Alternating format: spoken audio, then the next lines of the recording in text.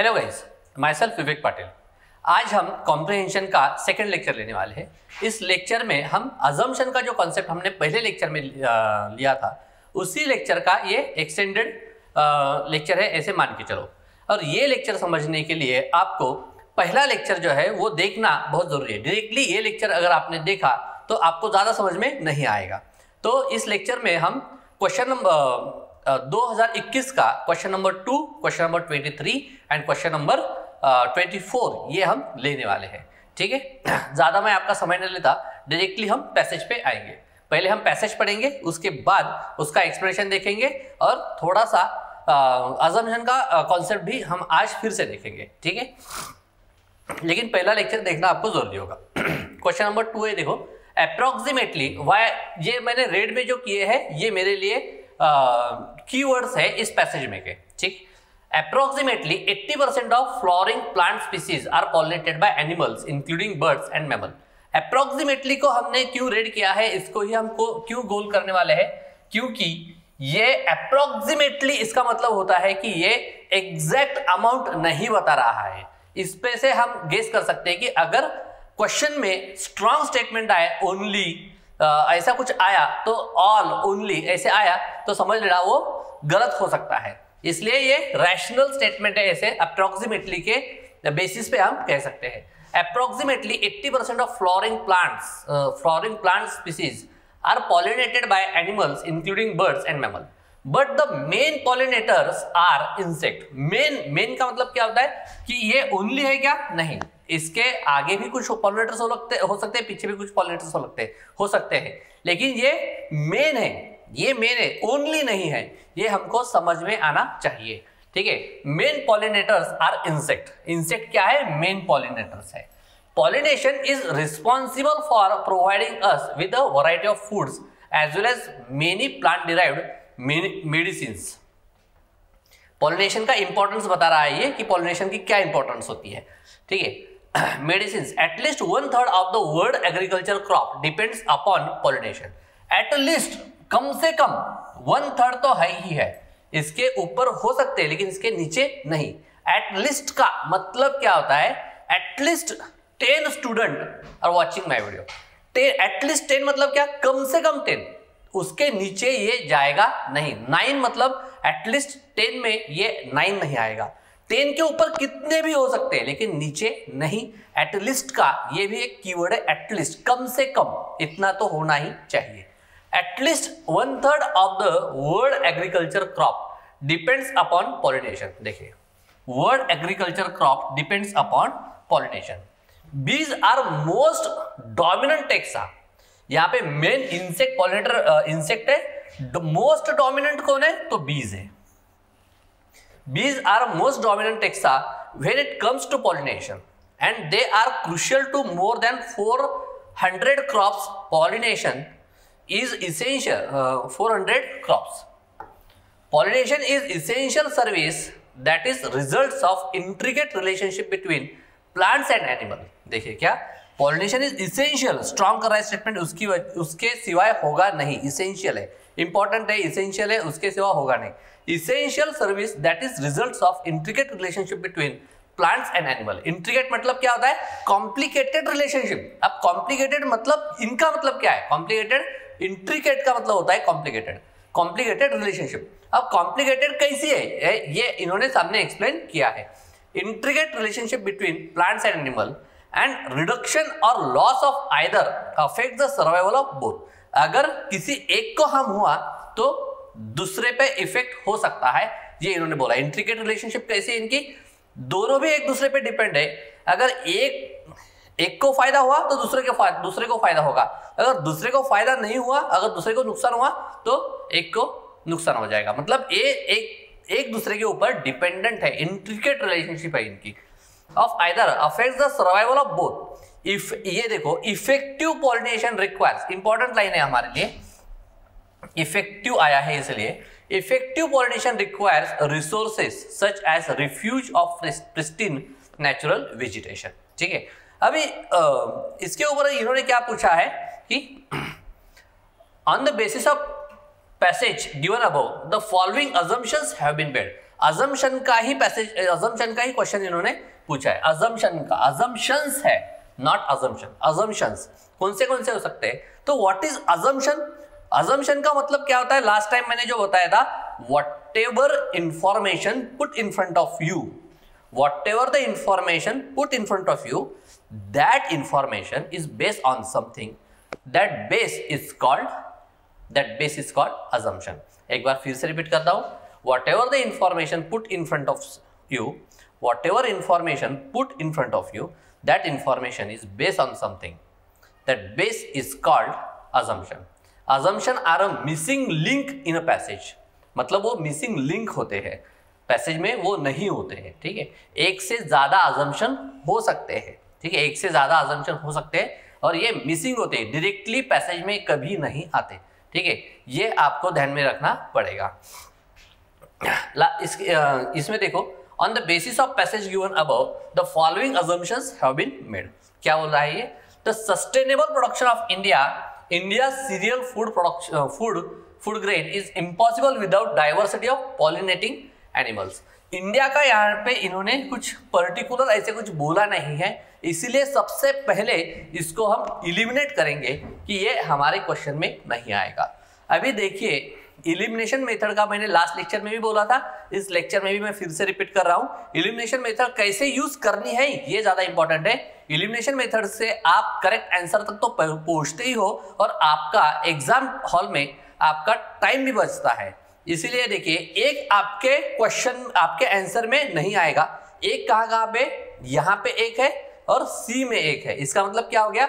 ये निकल गया और ये निकल गया। अभी आपके पास क्या, बी एंड डी। यहां पे एलिमिनेशन मेथड खत्म नहीं होती कि आपने ये दो कट कर लिए, एलिमिनेशन मेथड खत्म हो गई, ऐसे नहीं होता। अब आपके पास क्या बचा है? जो बी एंड डी ये ऑप्शन बचे हैं, उसको एक बार ऑब्जर्व कर लो कि क्या इसमें क्या क्या है। 2, 3 एंड 4, इसमें 3 एंड 4। इसका मतलब क्या हुआ कि बी एंड डी में कॉमन क्या है? 3 एंड 4, 3 एंड 4। इसका मतलब क्या हुआ कि 3 आपके पैसेज आपके आंसर में आने ही वाला है और 4 आपके पैसेज में आने ही वाला है। इसको एग्जाम हॉल में पढ़ने की जरूरत नहीं है, इसको एग्जाम हॉल में पढ़ने की जरूरत नहीं है। अभी अपन हम क्या पढ़ेंगे? सिर्फ स्टेटमेंट नंबर 2 हम पढ़ने वाले हैं, क्योंकि वही डिसाइड करेगा कि ये पैसेज में आएगा। ये क्वेश्चन इसका क्या होगा? Monoculture of horticulture crop hampers the survival of insects. Monoculture of horticulture, ये पर्टिकुलरली इन्होंने कहीं पे बोला नहीं है ऐसे। ठीक है, मोनोकल्चर आप कर रहे हो तो इसका हैम्पर्स होगा, ये ऐसा इन्होंने नहीं कहा है, इसीलिए ये पैसेज में कहीं पे नहीं आया। इसका मतलब क्या? पैसेज की बाहर की इंफॉर्मेशन अगर आ रही है क्वेश्चन में, पैसेज के बाहर की अगर इंफॉर्मेशन पैसेज में आ रही है तो वो क्वेश्चन, वो स्टेटमेंट गलत होगा। You have to strict only to the passage only. Passage में जो इंफॉर्मेशन दी है उसको ही सच मानकर आपको आंसर निकालने हैं। इसलिए 2 नंबर का भी आपके क्वेश्चन में नहीं आएगा, ये निकल जाता है। ठीक है, मतलब आपका अपना आंसर सीधे सीधे क्या आ रहा है? डी अपना आंसर आ रहा है। अभी देखो 3 एंड 4 अभी हम पढ़ेंगे कि ये किस बेसिस पे इन्होंने निकाला है, ये हम देखेंगे। देखिए क्या बोल रहा है? Pollinator becomes scarce in a cultivated areas divide of natural vegetation. ये हम देखेंगे, ये कहां पे है ये हम देखने वाले हैं। आगे क्या बोला है? Diversity in insects induces diversity of plants. मतलब डाइवर्सिटी, इंसेक्ट में अगर डाइवर्सिटी आई तो प्लांट्स में भी डाइवर्सिटी आएगी। ये हम कहां पे है ये देखेंगे। देखिए क्या बोला है पैसेज में, क्या आया है? Effective pollination requires resources such as refuge of pristine natural vegetation. Pristine का मतलब क्या होता है? ओरिजिनल कंडीशन और अनस्पॉइल्ड, जिसको ह्यूमन डिस्टर्बेंस वहां पे नहीं हुआ है, ऐसी जगह जो ओरिजिनल फॉर्म में है वो जगह। मतलब क्या? इफेक्टिव पॉलिनेशन अगर आपको चाहिए, इफेक्टिव पॉलिनेशन कब हो सकता है? जब पॉलिनेटर्स ज्यादा होंगे। पॉलिनेटर्स ज्यादा कब होंगे? जब नेचुरल प्रिस्टीन नेचुरल वेजिटेशन आपके पास होगा। हो गया? इसका ही मतलब क्या होता है? इससे ये किस बेसिस पे हम बोल सकते हैं? अगर इसका उल्टा बोला आपने कि अगर नेचुरल वेजिटेशन खत्म हो गया तो इसका मतलब क्या होगा कि इफेक्टिव पॉलिनेशन नहीं होगा या पॉलिनेटर्स खत्म हो जाएंगे या कम हो जाएंगे, ऐसे हम बोल सकते हैं इसके बेसिस पे ही। ये देखिए क्वेश्चन में क्या आया था, pollinators become scarce in a cultivated areas devoid of natural vegetation. Devoid of natural vegetation, जहां पे नेचुरल वेजिटेशन नहीं होगा वहां पे पॉलिनेटर्स कम मात्रा में पाए जाएंगे, ऐसे इन्होंने बोला है। देखिए ये क्या हो गया अपना, ये पैसेज में आया है, ये पैसेज में आया है और ये क्वेश्चन में आया, मतलब ये क्या हो गया, ये अजम्पशन हो गया। On basis of this assumption we can say this कि जहां पे पॉलिनेटर्स कम कहां पे हो गए, जहां पे नेचुरल वेजिटेशन नहीं होगा। इसके बेसिस पे हम क्या कर सकते हैं कि जहां पे अच्छा नेचुरल वेजिटेशन है, जो प्रिस्टीन फॉर्म में है, वहां पे अच्छा पॉलिनेशन होगा, ये हम बोल सकते हैं। On the basis of this we can say this. ये हो गया अजम्पशन और यहां से अपन ने क्या निकाला, ये अपना स्टेटमेंट निकाला, ठीक है। ये अपना अजम्पशन है, ये इस पैसेज में आया है।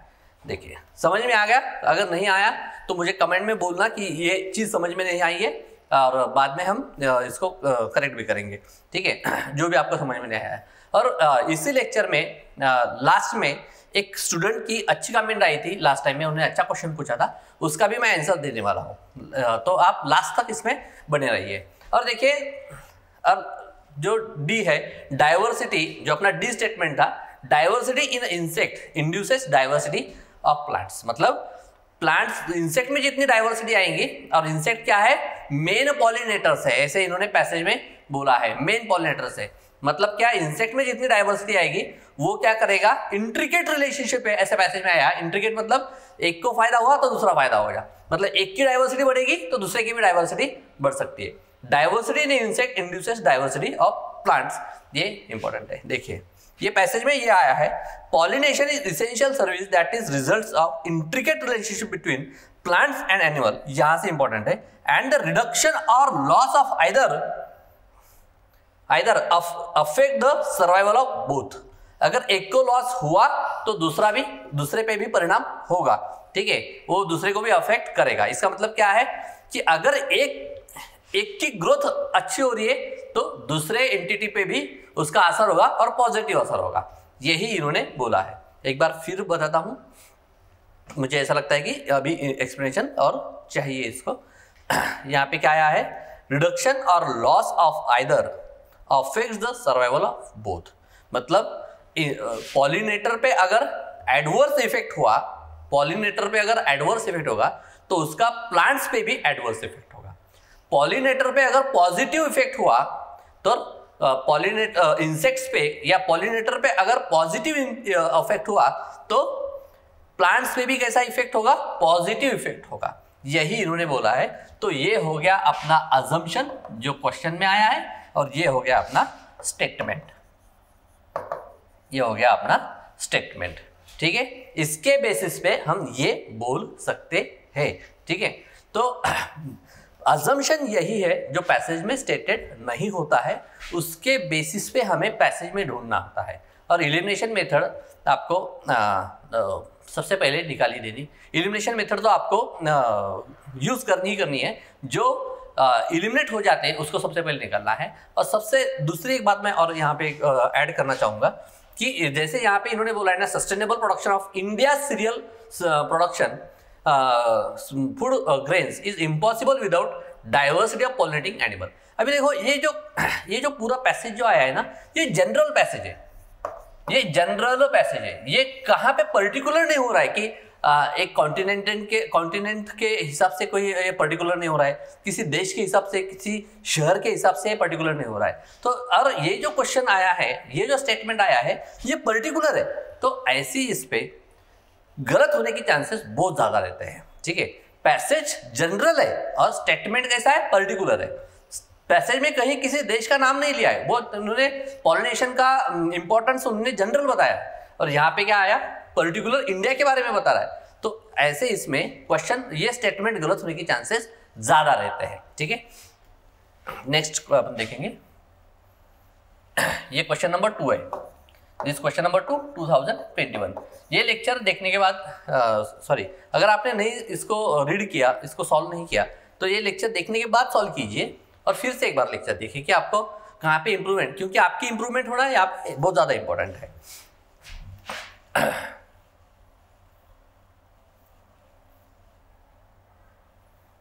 This is question number 20. This is question number 23, 2021. ठीक है। Policy makers and media have placed the blame for skyrocketing food prices on a variety of factors. अभी यहाँ पे क्या है कि फूड प्राइसेस की जो कीमतें बढ़ रही है उसके क्या दिए इन्होंने कारण बताए हैं।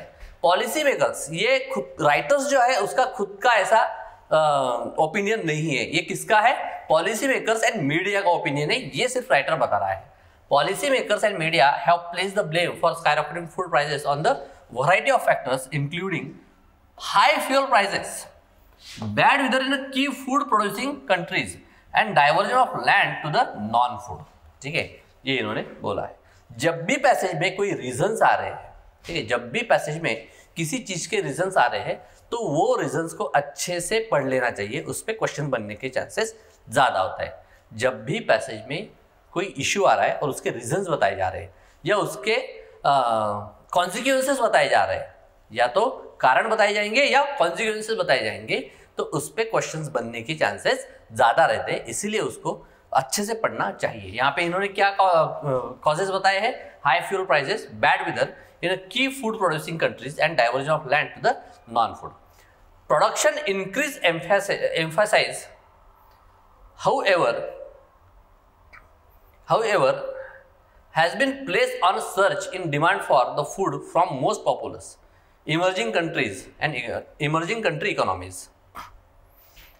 It seems highly probable that mass consumption in these countries could be well poised to create a food crisis. ठीक है, इन्होंने ये बोला है। इसके क्वेश्चंस देखेंगे। With reference to above passage, the following assumptions have been made. Oil producing countries are one of the reasons for high food prices. ये गलत है, इसका एक्सप्लेनेशन हम देखेंगे। ये गलत है कि पैसेज में ऐसा कहीं बोला नहीं है, ये मैं एक्सप्लेन करता हूँ। If there is a food crisis in a world, यहाँ पे कंफ्यूज होता है। ये जो क्वेश्चन, ये जो स्टेटमेंट है, यहाँ पे कंफ्यूज होने के चांसेस ज्यादा है, लेकिन ये गलत क्यों है ये मैं एक्सप्लेन करूंगा। If there is a food crisis in a world, if there is a food crisis in the world in a near future, it will be in a emerging economy. It will be in a emerging economies. कहाँ पे होगे? अगर world में कहीं food crisis होगा तो कहाँ पे होगा? तो इमर्जिंग इकोनॉमीज में होगा, ऐसे इसने बताया। तो अजम्पशन जो है नाइदर 1 नॉर 2 इसका आंसर आता है। ये क्वेश्चन, ये दोनों को भी मैं कहाँ पे आप कंफ्यूज होगे, पैसेज के किस लाइन से कंफ्यूज होगे वो मैं बता रहा हूँ। देखिए पैसेज में क्या है? It seems highly probable that mass consumption in this countries, जो इमर्जिंग कंट्रीज बोला है वो, in this countries could be well poised to create food crisis. अब ये पढ़ने के बाद हम ये पढ़ेंगे, if there is a food crisis in a world in a near future, it will be in a emerging economies. ये अपने क्वेश्चन में स्टेटमेंट आया है, it will be in a emerging economies. ऐसे इस स्टेटमेंट में कहीं है क्या कि इमर्जिंग इकोनॉमीज में फूड क्राइसिस होगा? नहीं, इमर्जिंग इकोनॉमी के वजह से हो सकता है, क्योंकि वहां पे डिमांड बढ़ रही है, मास कंजम्पशन हो रहा है, ऐसे बोला है। उनके अंदर होगा ये कहीं पे बताया नहीं जा रहा है। एक बार, it seems highly probable that mass consumption in this countries could well poised to create a food crisis. लेकिन ये फूड क्राइसिस कहां पे होगा, कहां पे होगा, ये इन्होंने नहीं बताया है।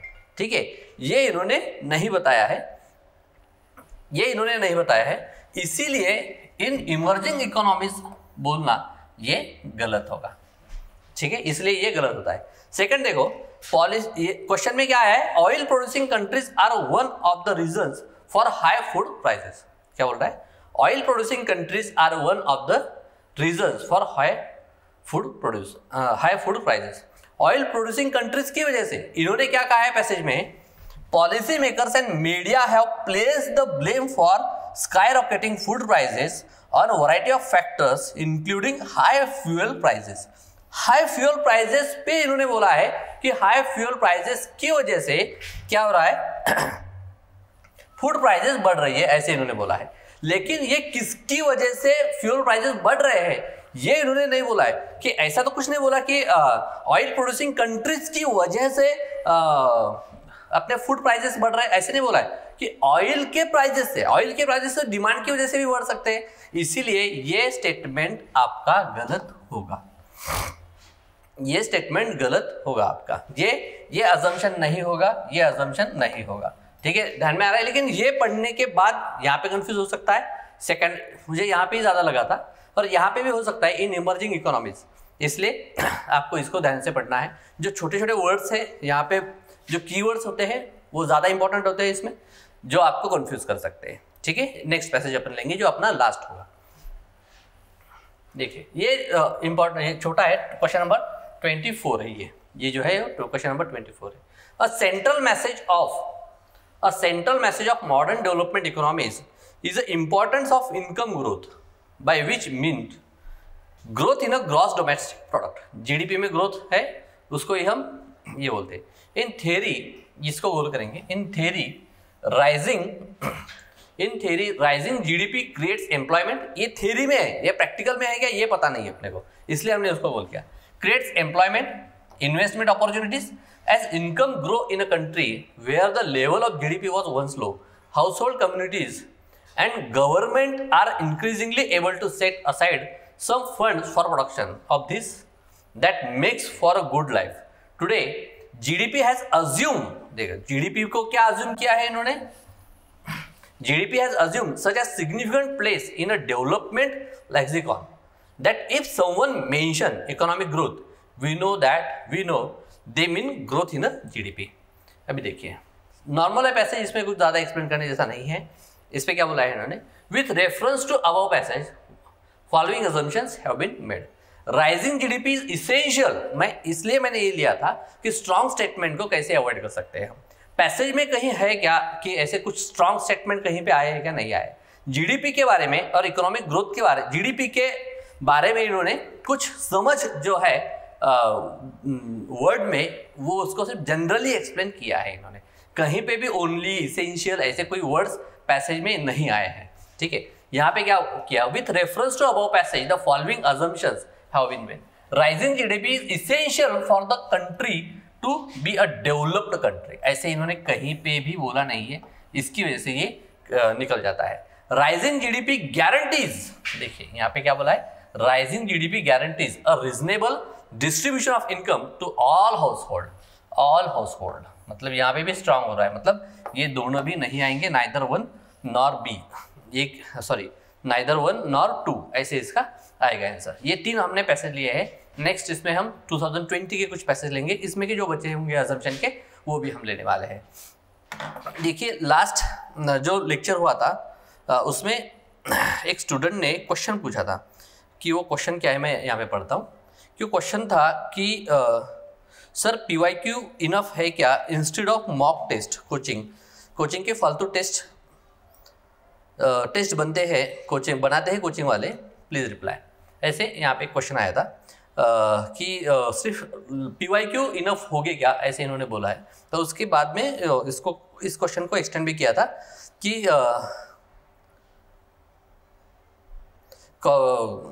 अपने टेस्ट की वजह से कुछ बच्चे ऐसे होते हैं कि जो फेल होते हैं।